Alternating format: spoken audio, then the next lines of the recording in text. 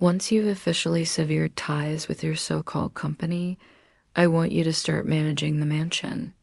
Yes, father, I replied sweetly, already imagining how I'd redecorate the entire place once the wedding was over. Victoria would have none of that. Oh, Daddy, you can't do this.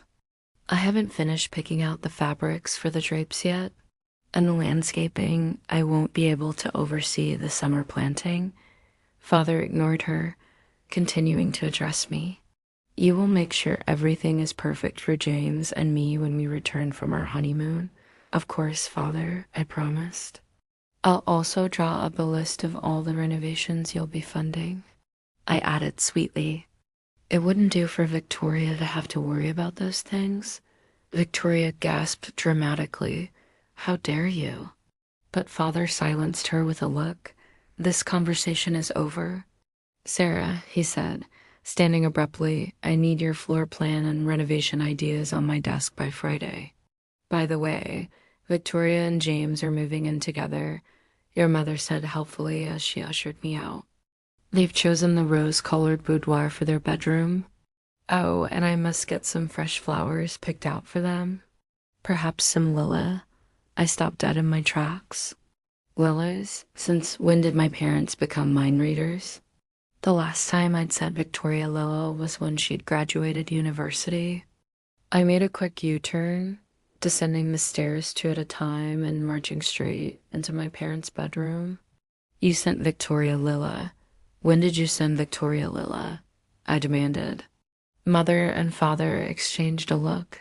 We just thought Mother started, but I cut her off. Why? Why did you think that?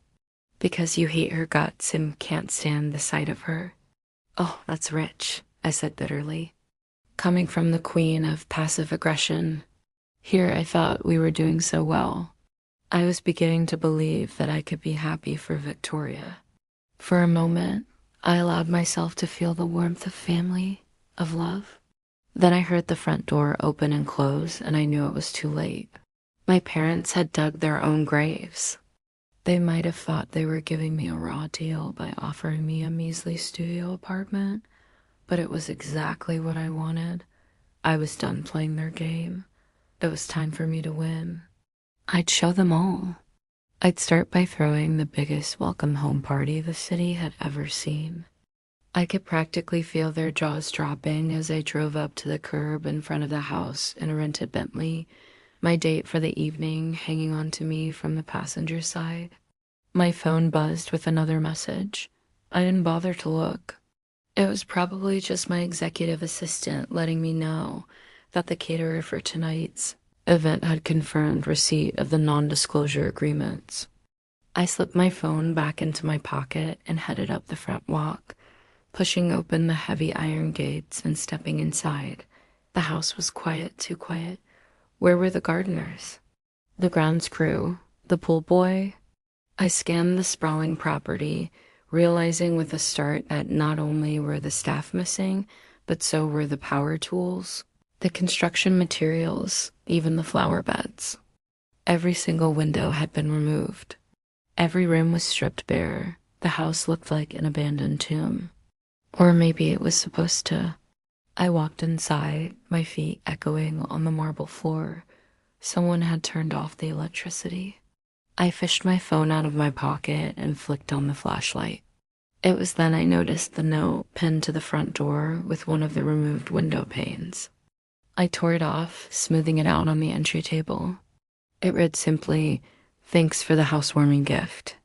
Love, V&J." Below that, scrawled in Victoria's loopy handwriting, "Peace, don't bother calling the police." We left plenty of clues. As in the case of the missing gardener, I found several, actually.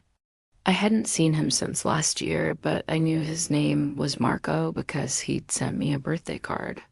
I pulled out my phone and dialed his number, then put it on speaker. "Marco?" I asked. "Marco, is that you?" "Speaking," he said. "Sarah, is everything okay?" "No, it's not okay. What have you done with the staff? Why did you take all the stuff? Why is the house empty? You said to get rid of everything and everyone, right? Your father definitely signed that document. Did he not? He did, but why? Why would he do this to me? She threatened to fire me if I didn't. She said you wouldn't understand. Understand what? That this is your fault, not hers or James's.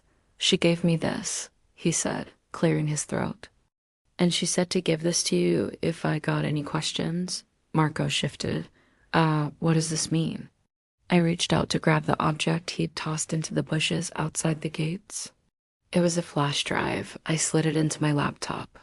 The files were encrypted, password protected, but they held one thing: security camera footage from every room of the house. I played the clips, watching Victoria and James methodically stripping the house of everything, ripping down pictures, tearing out plants, destroying flower beds. There was a lot of yelling, a lot of anger. I saw the confrontation between James and my father. I saw Victoria confronting my mother. In the end, they'd won, I'd lost. I felt tears stinging my eyes, but I blinked them back. No, I thought, shaking my head. This isn't real. My parents are gonna come back and explain this. They're gonna tell me it was some weird joke. But the next day came, and the next, and the next, and there was no sign of my parents. I never received an email or a call.